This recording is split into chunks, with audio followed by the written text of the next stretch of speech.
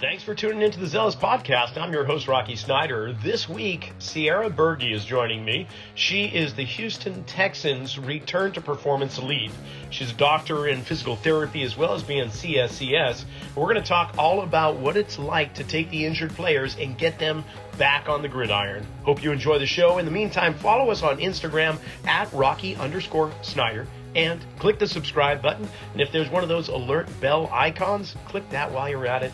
Enjoy the conversation. So, Ciara, you began more or less at Duke. You've gone back and forth and to different schooling. But give us a little bit of like what your path has been leading up to getting your doctorate in physical therapy and landing a gig with the Texans a few years ago. Yeah, for sure. So I grew up in Wisconsin and ended up going to undergrad at University of Wisconsin-Milwaukee. Wasn't fully sure what I was interested in, and kind of was interested in personal training or strength and conditioning and something in that realm. So actually I graduated undergrad, still not even having really physical therapy on my radar. And my first job out of undergrad was working in a PT clinic that had like a performance program associated with it. So I worked for the performance program, and that was kind of my first exposure to physical therapy. And I think, we would have athletes there that ran out of visits for an ACL or something like that, and they'd transition over to the performance program, and they arrived at me with like, I just had questions like, what has their journey been up to this point? So I was kind of like grew in curiosity about physical therapy in general.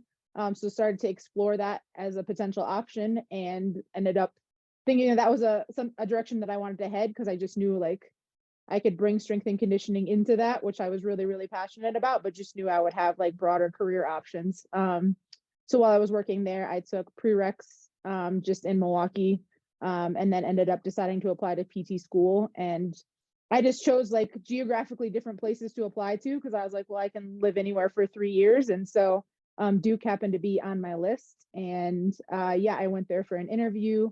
Absolutely loved the people. It just felt like a good fit. It felt like home.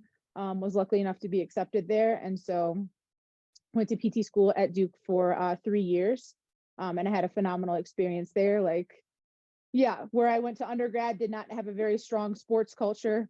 I don't think you've probably heard of University of Wisconsin-Milwaukee sports very much. So it was really fun to be in a completely different environment at Duke and be like part of a really, really strong sports culture there. And so obviously had my fair share of men's basketball games and all of that stuff while I was going to grad school. And had a great time. After I finished PT school, I knew I wanted to get better at my job faster. And so for me, that looked like exploring residency programs. And so I applied for a sports physical therapy residency program. I applied at 4 or 5 different places.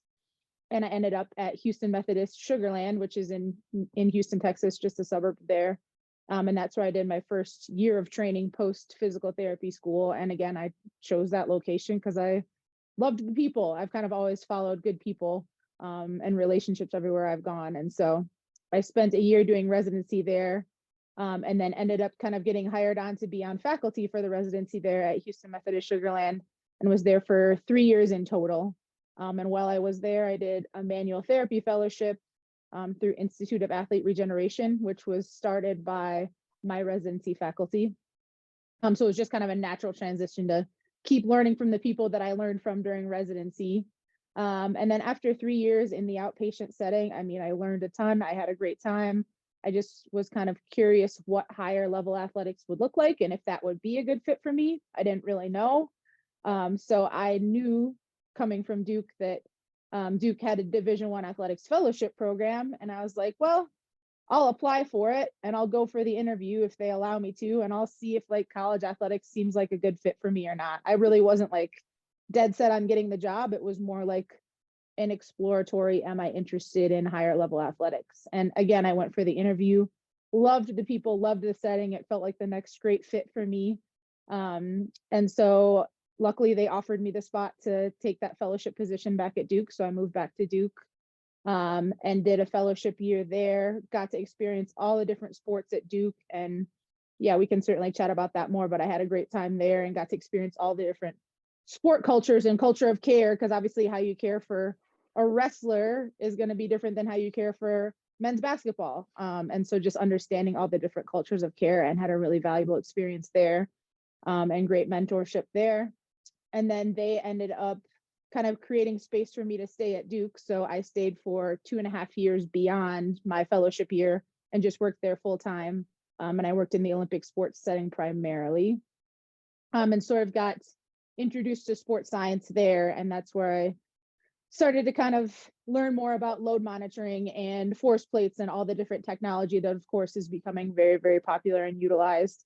And I just had the freedom to kind of dabble in and learn about all that stuff while I was at Duke. And then kind of something came up. I got a phone call, I don't know, in February of 2020 before COVID hit, if I would be interested in a position with the Texans. And I said, no, but I'll talk to them. Anyway, because I was so happy at Duke. I loved the people, I loved the culture, I loved college athletics. And so I ended up going for an interview with the Texans, and it seemed like a really good opportunity. So I said, all right, they offered me a spot. I said, yes, I'll go there as long as I can finish the fall season at Duke, because I had started some programs there, and it was really important to me to leave Duke in a sustainable place with the things that I'd started. I didn't want to just start a fire and leave it burning. So that was really, really important to me. And luckily the Texans graciously allowed me to stay through the fall season at Duke. And so I started at the Texans in November of 2020, and have been there since, so for about the past 2.5 years. So that's kind of the journey in a nutshell, or not. Fabulous. Yeah, it's a big nutshell. I love it though. That's fabulous. Well, and just side note, what were your sports growing up? So I played soccer a little bit growing up. I actually grew up on a farm, so was very into that side of things, into animals and that side of things. So that was, I know it's not a sport, I'm not saying it is, but that's what took up a lot of my time, was like dairy cows and showing dairy cows and working on the farm. And then I actually danced. I started dance when I was 14, mostly like modern or contemporary. And like looking back, it's always easier to connect the dots in reverse, but I loved dance because I got to teach, I got to analyze movement, I got to like get a good understanding of movement and watching movement. And so I think like the physical nature of manual labor, honestly, from working on a farm, I played sports, but like, I don't know, I was so busy with other stuff that I didn't put a lot of time into sport, to be honest. And then dance growing up, teaching and like analyzing movement and all of that. So I danced through college, and then was in a company for a couple of years after college. And I think like all of those worlds sort of combined, and it makes sense now to get me on the path that I'm on. Yeah, it makes complete sense. And by the way, I think farm strength completely overwhelmed is so much better than gym strength, just in general. It's like old man strength. I've got this vision that the health clubs in the future will be on farms, and you get a membership, and then you got to go milk the cow, you got to throw hay bales, you got to unload this and that, you got to turn the soil, and you get rock solid compared to sitting on some upholstery seat and lifting a roller up and down. Listen, with your shins you let me know when you want to start that. I'm in. Oh yeah, heck yeah. But so that's kind of a unique story in itself with your athletic background, but it makes complete sense when it comes to dance. I mean, the understanding of how the body moves and the intricacies and the grace and really getting intrigued by that and going deeper into an analytic kind of mindset. So yeah, it makes complete sense. Now you mentioned, though, I'm kind of all over the place. No, you're great. Okay, so Duke University, you did Olympic sports. Which Olympics? Winter, summer, or all of them? So I didn't know this either until I started working in college athletics, but they basically call Olympic sports all of the sports that aren't basketball or football. So it doesn't mean that the athletes go to the Olympics or anything. It's just like a garbage can term for not basketball, not football. So it's like, I don't know, soccer, lacrosse, fencing, softball, baseball, swimming, like everything else. Yeah. Okay. Most obscure sports athlete that you've had to work with? Like, I'm just thinking the movie Dodgeball, the OSQ, Obscure Sports Quarterly. Like, what sport would you find that you've worked with somebody, whether it's like, teenage curler or interesting. Whatever. Man, I'm trying to think. I mean, we had fencing at Duke, and I knew nothing about that. Frankly, when I moved to Duke, I didn't even know what field hockey was. I barely knew what lacrosse was. So those are all like, I mean, I grew up in the Wisconsin? Midwest, like it's not a hotbed for lacrosse, and certainly not field hockey. So I like barely knew what those things were. And then like probably I have a skier that I've worked really closely with, and that was like brand new for me. Like I didn't know much about what his requirements were for his job. So that was like a phenomenal like learning experience. But I don't know So if I you're have not anything. familiar with any stick sports, any sports that involve a Not stick. really. Yeah. I mean Okay. Just hockey, there ice you go. hockey, but not Okay. field hockey. I didn't know that was a thing. All right. Well, you mentioned that there's what did you call it? Culture. Uh, there was a term you used that. Sport culture at Duke. Yes. Yes. Yeah. How does it vary from one sport to the next? Yeah, I think it's really interesting. Like, obviously, coaching staff is going to vary. So, like, each coaching staff, obviously, every sport has a different coaching staff. And so the culture that they set is going to be different. But if you think about it from like a medical standpoint, especially in college athletics, like cultures of care are going to vary. Like, you think about our wrestling athletic trainer did a phenomenal job there because she's like, these guys aren't going to have someone go to doctor's appointments with them when they become an adult out in the real world. Like, I need them to be educated and be able to relay information from a doctor's appointment and tell me what their understanding is. So she would always make them go to their doctor's appointments by themselves to help them build a life skill of understanding how to navigate medicine. Where if you think about a men's basketball athlete, that's not going to be the appropriate culture of care for them because they're going to be used to a very concierge situation because a lot of them are going to go to the NBA. They're going to have someone go with them all the time. They're going to have someone help interpret those things. They're going to need more of an advocate as opposed to learning to advocate for themselves. And so even like something as small as that, like that's correct for both of those cultures, but it's just different. Like how you're going to handle a men's basketball athlete because of where they're likely to head is going to be different than how you handle a wrestler. It's going to be a little bit more like autonomy driven with a wrestler because they're going to have to be responsible for their own healthcare when they graduate. And so I thought the way that like our athletic trainers approached that and we're very, very aware of that was really, really cool and special. That's really cool. How does that filter down into the strength coach or performance coaches? Does it, or is it mainly just kind of up in the medical realm when it comes to the culture of care? Yeah, good question. I don't know. I think like each sport is going to have a different culture as far as their desire to lift and their training age and how much they've experienced. So I think that varies for sure. Obviously I would assume all of our football athletes grew up lifting weights in high school where like our field hockey athletes maybe have never lifted weights in their life. So like I think training age is going to differ from a strength and conditioning standpoint and their desire and their buy-in to applicability for weightlifting for sport, like that's going to vary too. Sometimes our soccer players weren't that bought in because lifting culture isn't a super big piece of their sport. It's just not. And that's not a criticism. So they'd have to figure out how to build buy-in in a different way with those athletes versus the wrestlers were like, oh yeah, bigger muscles, the better. Like they were all bought into lifting. So I think like each sport kind of had a different belief and training experience when it came to strength and conditioning. And I think that's kind of the way that the strength coaches had to be adaptable. Okay. Now you mentioned you didn't want to start a fire and walk away with it unattended. And Duke, Yeah. what was the fire that you kindled? What was it that the program that you started? So as far as like sports science and technology goes within our Olympic sports, we didn't really have anybody that was managing that technology. And so our women's soccer team actually was one of the first ones to start it. And they Catapult approached them and was like, hey, interested in this? And of course it's like a recruiting tool and it is valuable data, but they just didn't have anybody to manage it or help them with it. The coaching staff was like, yeah, we're interested. We don't have the manpower to figure out how to do this. And I was like, okay, well, I'm interested. I know nothing about it.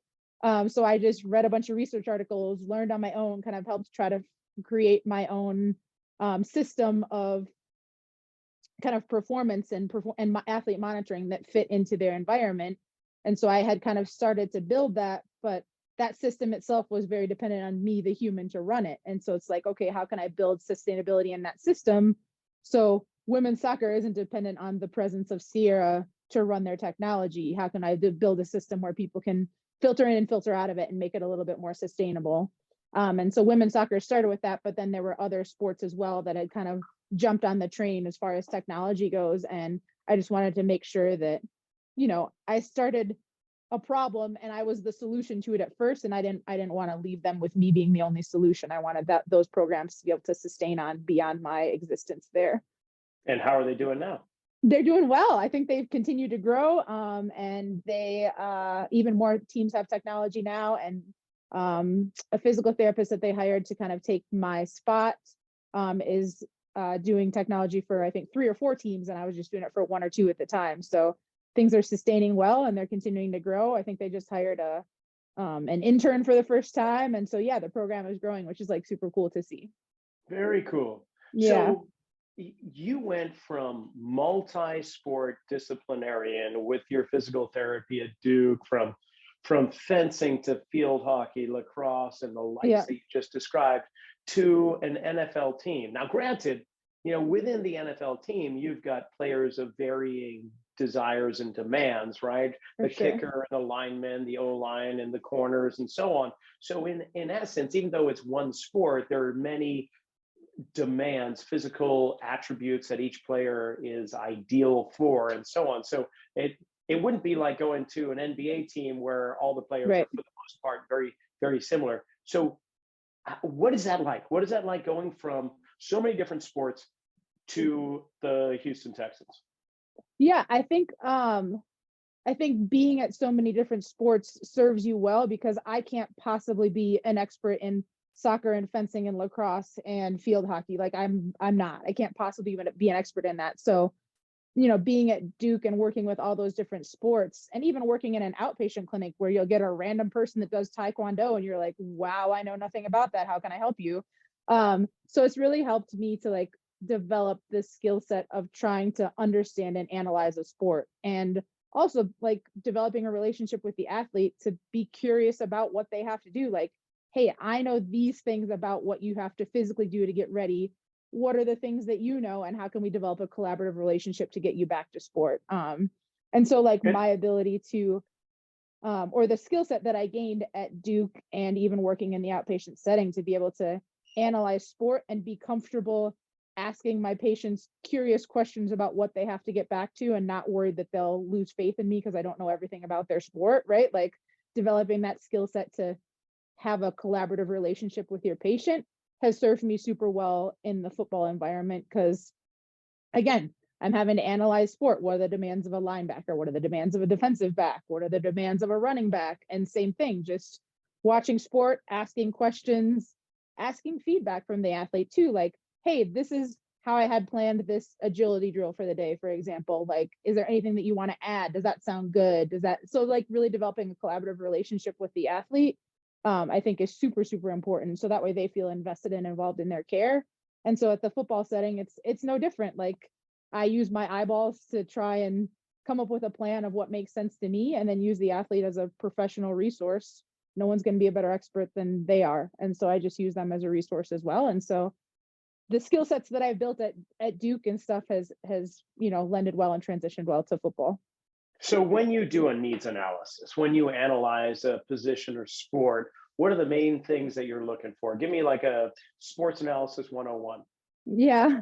I think like what are the global categories that most sports need to have? Some amount of acceleration or linear speed, some amount of deceleration, some amount of change of direction, some amount of power probably. And so what are the directions that they normally move in, right? Like what are the acceleration demands as far as like distance and velocity, right? Our offensive linemen move probably more often laterally, right? And maybe forward a little bit, but they're not going to have to do a 20-yard acceleration. So kind of analyzing the distances of each of those categories, the intensities of each of those categories, the volumes of each of those categories, and then the directions at which they move, and just kind of applying that. Yeah, and O-line also, just stepping backwards. What's that like? Do you also look at like common injury sites, like from one position to the next, or just in general? I think from like a quote unquote prevention, you can kind of look at common injury sites, but we know like in football, for example, our guys that run a lot of high speed yards are going to be more prone to hamstring strains. So like things like that, yes, but I don't know how much that, at least at this point, is informing like work, like common injuries, maybe injury history for that athlete, but not common injuries for the position. So nothing to kind of bulletproof one area over another necessarily based on history of those things. I think our S&C, coaches do a good job of kind of trying to understand that and understand injury history for athletes, and and modifying, like obviously we have a big focus on hamstring strength and hamstring and high speed running, and making sure that we're dosing all that stuff appropriately. So our strength staff probably takes more of a special interest in the programming specifics for that stuff than I do at this point. So Ciara, for the listening audience, can you give me, like, what is your official title with the Texans, and what does that involve? What's your role and responsibility? Obviously a physical therapist with background in strength conditioning, but what's that like? My official title is Return to Performance Lead. And so we have a little bit of a unique model, at least a unique model within the NFL. And so kind of we have a big sports performance team, and that's made up of wellness, which is our nutrition department, sports science, which is our sports science department, strength and conditioning, and then medical. And medical is kind of branched off just this last year into two different departments. One of them is the Department of Athletic Training, and one of them is the Department of Return to Performance. So there's kind of those two umbrellas or those two departments within the medical umbrella, and I am in one of those umbrellas. So our athletic training staff at this point, they manage so much. They manage a lot of the logistics. There's an extraordinary amount of logistics that go into getting an NFL team on the field and on the road. They manage a lot of the very, very acute injuries that are not going to miss time. So like guys that are just dealing with groin pain but are going to make it through the season, guys that have a little ankle sprain but are going to still end up playing on Sunday. And then they manage all the preparation for practice for the athletes, and then manage things during practice, and then obviously the acute injuries that happen on the field. And then the department on my side, Sue Falsoni, who was the first female head athletic trainer in pro sports, she's the director of my department, and then it's me and one other person. Sue is with you? Yeah. No way. When did she join the Texans? I had no idea. In March.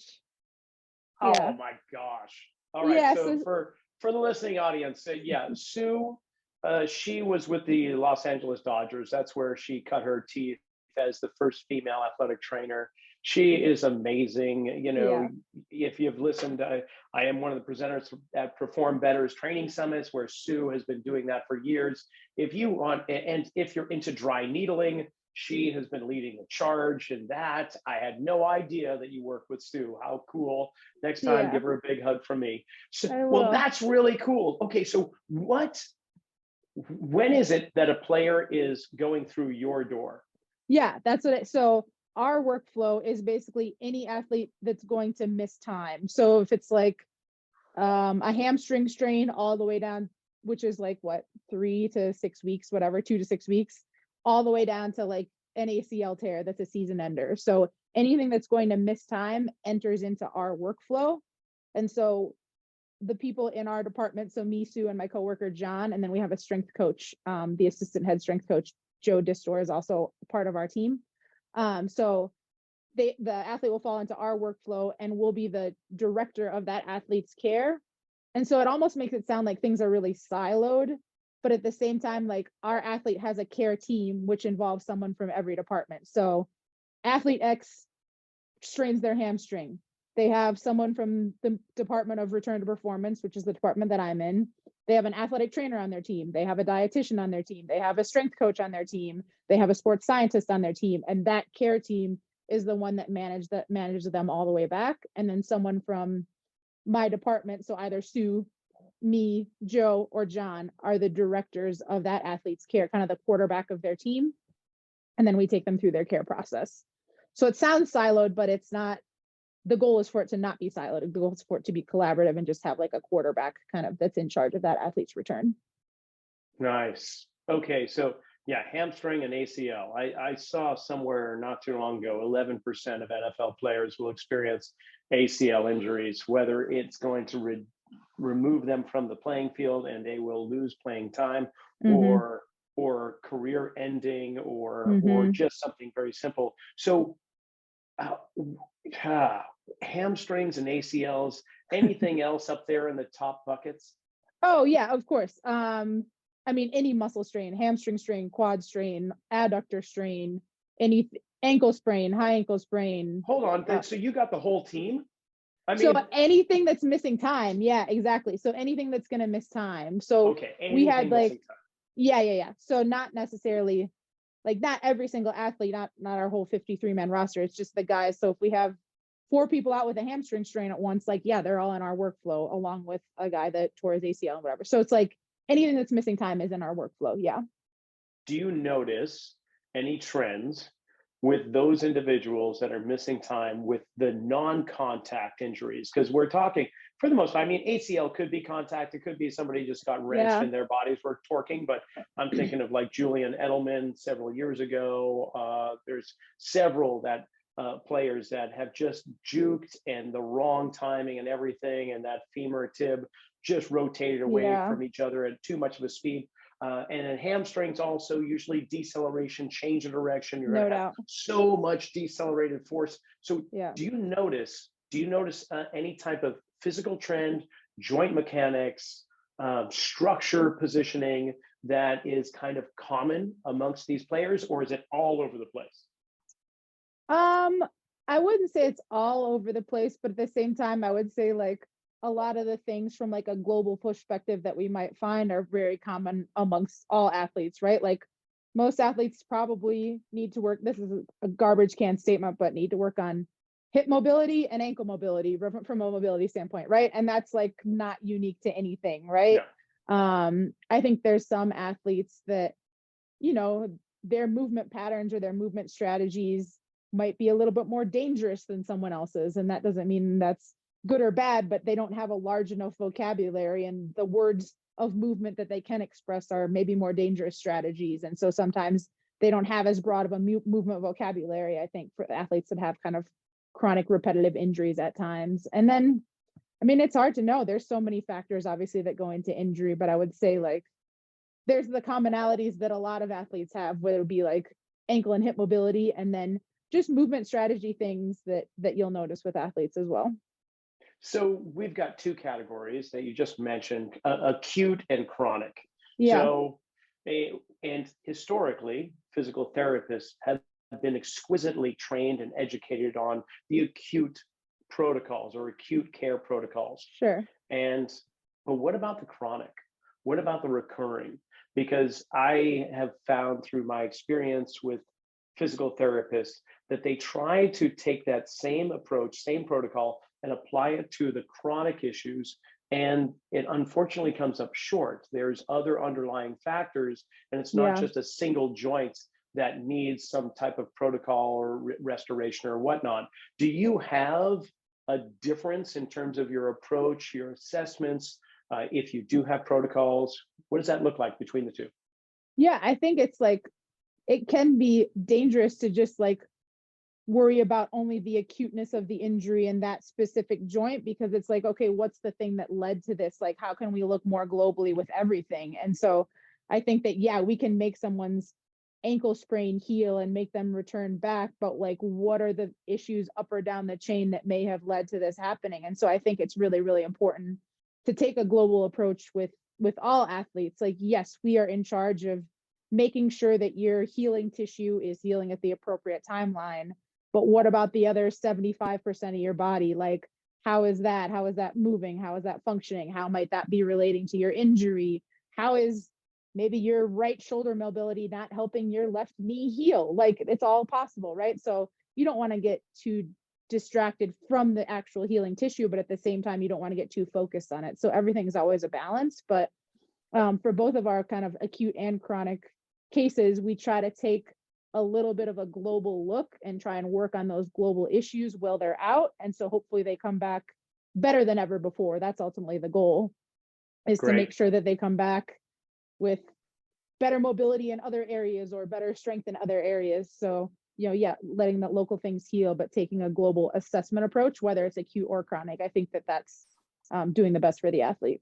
I love how you lead right into the next question. So when it comes to global assessment or localized assessment, I imagine localized assessment, you're going to put them on a table, you're going to use your mental goniometer, and you're going to establish proper flexion, adduction, internal, external rotation, whatever joint we're talking about, right? Yeah. And that's probably just traditional fare that we're talking about. But when it comes to global assessment, what are you doing? How do you globally assess them? Is it through gait mechanics, running, multi-directional movements? Are you doing captured videos and freeze framing and looking at stuff, or force plate? What's your approach with that?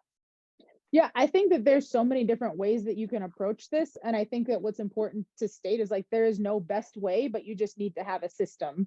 And so whatever your system is, if you are really into gait and want to analyze things through gait and think that you can dive deeper based on that, that's great. If you want to use FMS, that's fine. Like there's multiple different ways that you can sort of develop a flagging system. Like, hey, that looks a little off.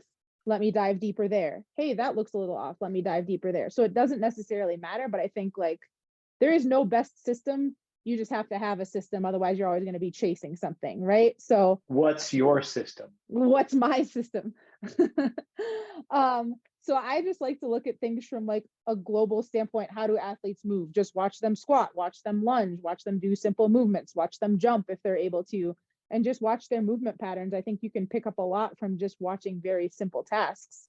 And then you just dive deeper from there. So if you notice a lot of trunk flexion and not much knee flexion with a jump, all right, what does that mean? So like you just kind of develop movement flags as you're watching someone squat and lunge and move and walk and run. You just develop little movement flags and then you just dive deeper at those joints. Okay, but that requires an experienced eye who has been observing movement for a certain period of time, meaning that, you know, you get a student from Duke University, their freshman year, and you tell them to watch this person do a squat, and they look, and sure, they're going to look for like shin angle and spine angle, knee valgus, knee varus, you know, all head position and so on. But you, having had a few extra years of observation, you go, oh, look at that. I see how they're just barely shifting their weight over to the left and their torso rotates right. You know, and it's almost imperceptible. I guess that I'm bringing this up because there are landmarks along this observational journey of experience. And when, for you personally, when have you experienced this? Have you experienced suddenly you see more? You watch somebody move and you're going, oh my gosh, look at that. Or you blur your vision at a body as it moves and go, where is that mass traveling? And in a way that you didn't look before. Are these things that you're experiencing as your eye gets more accustomed to it? No, for sure. And I think that like when you first graduate PT school, like my exam, like when I evaluated a patient, is completely different now. But I had this system and it was this very rigid system that I followed. And that's good. Like, it's great to have a system. So maybe that's FMS or something like that, which is fine. I think that's a great system. It's a system that has numbers associated with it. It's a great place to start. And then as you learn more, as you have mentors, as you have other people that kind of fine tune, you want to take in information from the people that are around you. And sometimes that's the athlete itself. And that helps you fine tune your system and add something in, take something away. So start with some kind of basic structure and then let the people around you mold that structure. And so like just having Sue, you know, working with Sue, like, you know, I thought I had a decent eye for movement. And then I started working with Sue and it's like, whoa, she sees way more things than I did. Like that's broadening my eyes. And so it's like, okay, let me be more curious and ask her great questions to help me see what she's seeing. And so that's like refining my structure of movement analysis because Sue's refining it because she's a new person that's into my world. And so I think it's like, start with a structure, start with a plan. It's okay if it's not perfect. It will never become perfect, but the people around you will refine it for the rest of your career. Okay, putting you on the hot seat right now. What are the things that you have thrown out and what are the things that you've put in to your system? Man, that's a good question. I think I started my system with like very, very basic single joint analysis. Like, how does the knee bend? How does the hip move? How does the ankle move? Which is fine. But like now I can take in a compound movement and be able to let that, you know, lead me in certain directions. So before, like when I was first starting out, I maybe saw stuff wrong with the squat, but didn't have a clue where to go with that. So I was like, I'm just not going to do that because I'm a little uncomfortable with that, which like is very, very basic, but I was super comfortable with like hip range of motion, ankle range of motion, knee range of motion. So it was very basic and very segmental, like unisegmental. And now things are a lot more multi-segmental. And so then I started getting a lot more information from compound movements like squat and things like that. And then now, like Sue and the strength coach that I work with have like challenged me a lot for something that's even more compound, like sprinting. And so, right. So like now I'm starting to figure out, okay, how can I maybe throw the squat aside a bit, not aside, that's a slower movement, but like, how can I analyze movement at a higher velocity? So it's almost like, I think as I've grown in analyzing movement, I've just become better at analyzing movements that have higher velocities associated with them, right? At first I couldn't handle any kind of velocity at all. It was like isolated, and now it's being able to handle more and more. So like, I only look at isolated joint movement at the very tail end as a rule in, rule out thing. I don't look at that with everything anymore because I can get more from compound movements. Yeah. So in essence, you go from a telescopic lens down to a microscopic, and you can have that aperture kind of go back and forth depending upon what you see and what the athlete needs, for sure. That's the brilliance of a true professional, is to be able to adjust based on what you're seeing. So Right. with that sprinting, see, you just provide more questions as you answer. Well, with sprinting, we have contralateral motion, we have unilateral action. And yet when we go back into the gym, the majority of movements are bilateral. We just keep on talking about the squat, but there's only one time the linemen are really going to need to squat, and that's as soon as the ball is snapped, they're coming out of it and they need to do something. And if they have both feet on the ground, they're going to get knocked over one way or the other. So now we're talking about unilateral movements. And with sprinting, you're obviously looking at that. So how much do you bring that into play when we're talking about like assessing? Are you looking at how one side behaves compared to the other? Are you kind of just making a mental note going, oh, that's something that I might look into later? Or is it something that kind of creates a flag for you that, okay, there is this imbalance, asymmetry, or whatever? Should we explore that more? Yeah. Are you talking from like a training standpoint or from like still an analysis standpoint? I would more analysis, because you're in the return to performance, or better yet, how about this? As they're coming out of your door, because I see like the athletic training and return to performance as being almost like the indoor and the outdoor. Like players are coming in to see the athletic trainer, or they're hovering around the waiting room, and then some will go over to you because they need you more, but you're in essence trying to bring them back out on the field. So it's almost like this circle going on. So for those athletes that are heading back out your door, getting ready to return to the field, what strategies, what protocols, what systems do you have in place to get them to the point where you're going, yep, you're ready to return? I think like, and this has been big to, learn from and explore and create a system with Sue, but it's always beginning with the end in mind. So what is our endpoint from a performance standpoint? What is our endpoint from all of the categories that we care about? Like from a performance side, what is their endpoint for linear acceleration or max velocity? From a performance side, what is their endpoint for deceleration? From a sports side, what is their endpoint? So all the categories that we care about and believe in, what is their endpoint?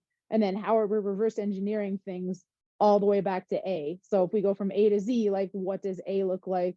And what does all the way up to Z look like? And so that's just like how we've kind of created our system. And so maybe this things in the weight room with a strength and conditioning coach might start at letter M. Okay, what does our A to M look like? And just kind of coming up with this progression in all of the categories that we care about and believe in. So that way there isn't really ever a door that they're walking through, but just this long hallway, maybe more so. So it's never very segmented in care. It's always a smooth transition from space to space, because it doesn't matter if letter M takes place in the athletic training room or in the weight room or out on the field. It just matters that letter has to take place. And so that's kind of how we've started, is like start with the end in mind and then reverse engineer things back to the start. And so when it comes to the full roster, how many athletes are you typically working with any given week? I mean, in like right now and through training camp, we'll have a 90-man roster. And then otherwise there's 53 on the regular roster. And then I think 16 or something like that on the practice squad in regular season. So roughly 70 to 90 athletes are in there at all times. Our workflow really depends. It can be like 3 to 20. So it just really depends on time and season and who's in the building. And so it really, really varies. Well, I imagine it's if we looked at a line graph, we would probably see it spiking up early, dropping down mid season, then spiking up again as you get toward the postseason. Sure. So yeah, okay, because I'm imagining that the resiliency, just the tissue resiliency, hasn't been built up early in summer camp, and with the reduced amount of time that the players are actually returning to summer camp and getting ready for the preseason matches, not to mention just the first couple of weeks of the season, you're going to have a lot more disruption, a lot in regards to tissue, joint action, force production. So you're really busy come July, August, September. Typically, yes. Yeah, I would say typically yes, but some years you get lucky. It just really depends. Yeah, every year is a little bit different. Interesting. And you came into the Texans in the midst of COVID. Have you noticed through the last few years if there's been a difference as we have climbed out of that bubble, so to speak? I don't know that there's been a difference climbing out of that. I think that the interesting part, or the difference between college and professional athletics, is college athletics, obviously the athletes are there on site to train all of the time. And so their development happens under the same roof. Where in the case of professional athletics, you have athletes coming in and coming out of the team. They're not necessarily there for this 4-year period, right? And they also have the opportunity to go live with their family in Florida and train there and just come here for the season. So it's kind of like everybody, yes, all the professional athletes are training, but everybody sort of isn't under the same roof training and isn't necessarily following the same X's and O's. So it's a little bit of an unknown how people show up when it comes to training camp and how prepared they are, because our strength coach is preparing them for the demands of what he knows our coach's training camp is hopefully going to look like, but everyone's preparation looks a little bit different. So I would say that's the major challenge, is we don't have as much control over what's happening outside of the building. So it's hard to know always where the right starting place is when they do get in the building. Sure. Yeah. Okay. So you've been with the Texans going into your 4th season officially. Yeah. What's the best part of your job? Man, I love the athletes so much. I think they're like really, really, really great men. And I think like as an outsider, I didn't, you have your perception of what professional athletes are going to be like, or at least I did.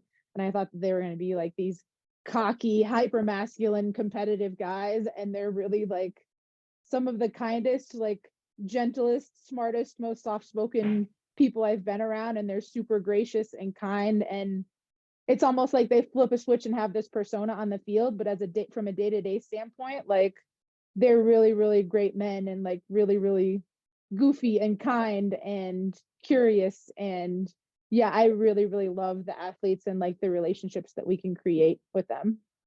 And without getting you in trouble with Sue or anybody else in the organization, what's one thing you wish you could change?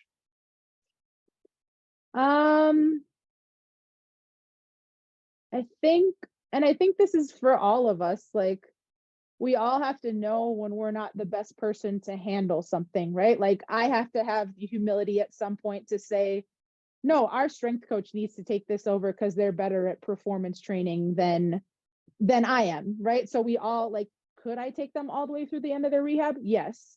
But is Joe probably a better person to develop speed and power at the end stage of their rehab based on his education and training? Yes. So I think if we all like have the humility and look at the people around us and know like there's someone better to handle this and know when it's time to hand somebody off, I think that would make things.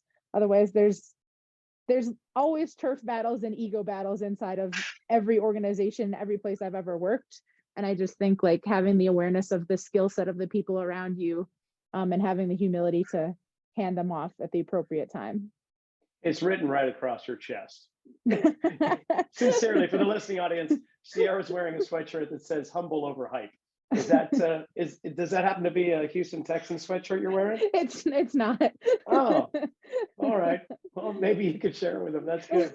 Oh my gosh. Okay, so then, if you could give some advice to any physical therapist, and I'm not going to talk about the elephant in the room, because I've had so many female professionals in the world of sports on as guests, that my earlier guests, like Sue, a few years back, may have been kind of obviously in the minority, and you are in somewhat a minority, but not as much as before. There's No doubt. so many more females in the world of sports, whether they are coaching, officiating, athletic training, or physical therapy training, whatever, male or female, any gender. What advice would you give to somebody that is looking to follow along your career path? This is a quote from Coach K, actually, that I love. But he said it was a speech to his team one time when I was watching practice, and he said his mom used to always tell him, get on the right bus and be with great people, and it will take you to places that you could never go on your own. And so I think, like, in my career, I've always, like, not necessarily gone to the most popular place. Like, my residency was not the most popular place, but like, I felt so connected to the people, and I loved the people, and I felt drawn there. I felt expansive there. And so that's where I went. So I think, like, follow places where you can be around great people, follow places where you can have really, really deep connected relationships, and those people will fight for you harder than you could ever fight for yourself. I wouldn't have the job at the Texans if it weren't for my connections from my residency. I wouldn't have had the job back at Duke if it weren't for my connections back at Duke. And so, like, you know, people will fight for you if you build great relationships with them. And so I've just always, like, prioritized relationships and made choices based on things that feel expansive, and it hasn't led me astray yet. It doesn't seem to at all. That's great. Okay, so Ciara, if people want to kind of just follow your path or whatever, obviously I'll put some links in the description to this podcast, like the Houston Texans, but what about LinkedIn, or can we follow you on Instagram or anything of that nature? My best friend told me that my social media game is weak, which is true. So I'm not very loud on social media at all. So I'm probably the most boring follow. I don't think I haven't posted since, like, maybe, like, I don't know. That's okay. It just means you're focused on your career. That's all that means. Yeah. So I'm not a big, you're welcome to follow me on social media. You will be bored out of your mind. But, like, I'm always happy to talk to people, like, really just reaching out, like, on a message via LinkedIn or even email or anything like that. Like, I'm always happy to talk to people, about career stuff or bounce ideas off of people. Like, yeah, I love it when people reach out to chat. So that's honestly, like, a great thing for me. So just send a message through any of those things. And yeah, I'm sorry about my social media game. No problem at all. It's so but bad. I'll put a few things. This has been great. I really enjoy it, and I appreciate you taking a little time out. Hopefully this is kind of a quieter time of year. I know Houston, for sure. Like you say, NCAA Final Four is taking place in your home stadium. So, well, you get a little break. But thank you for coming on. No, I appreciate you. Thank you so much for asking me. It was an honor to be on here. Well, that's a wrap for this episode, and I sure hope you enjoyed it as much as I did. I want to thank Ciara, as well as the Texans organization, for allowing us to come on and have this conversation. And tune in every Monday, 6 a.m. Pacific, 9 a.m. Eastern, as we go into a new episode with a new guest, or maybe some that we've had on in the past that we'll bring back on. In the meantime, tell some friends about it. Leave us a comment as to what you're enjoying, what you'd like to see. Follow us on Instagram, click the subscribe, and we'll see you next week.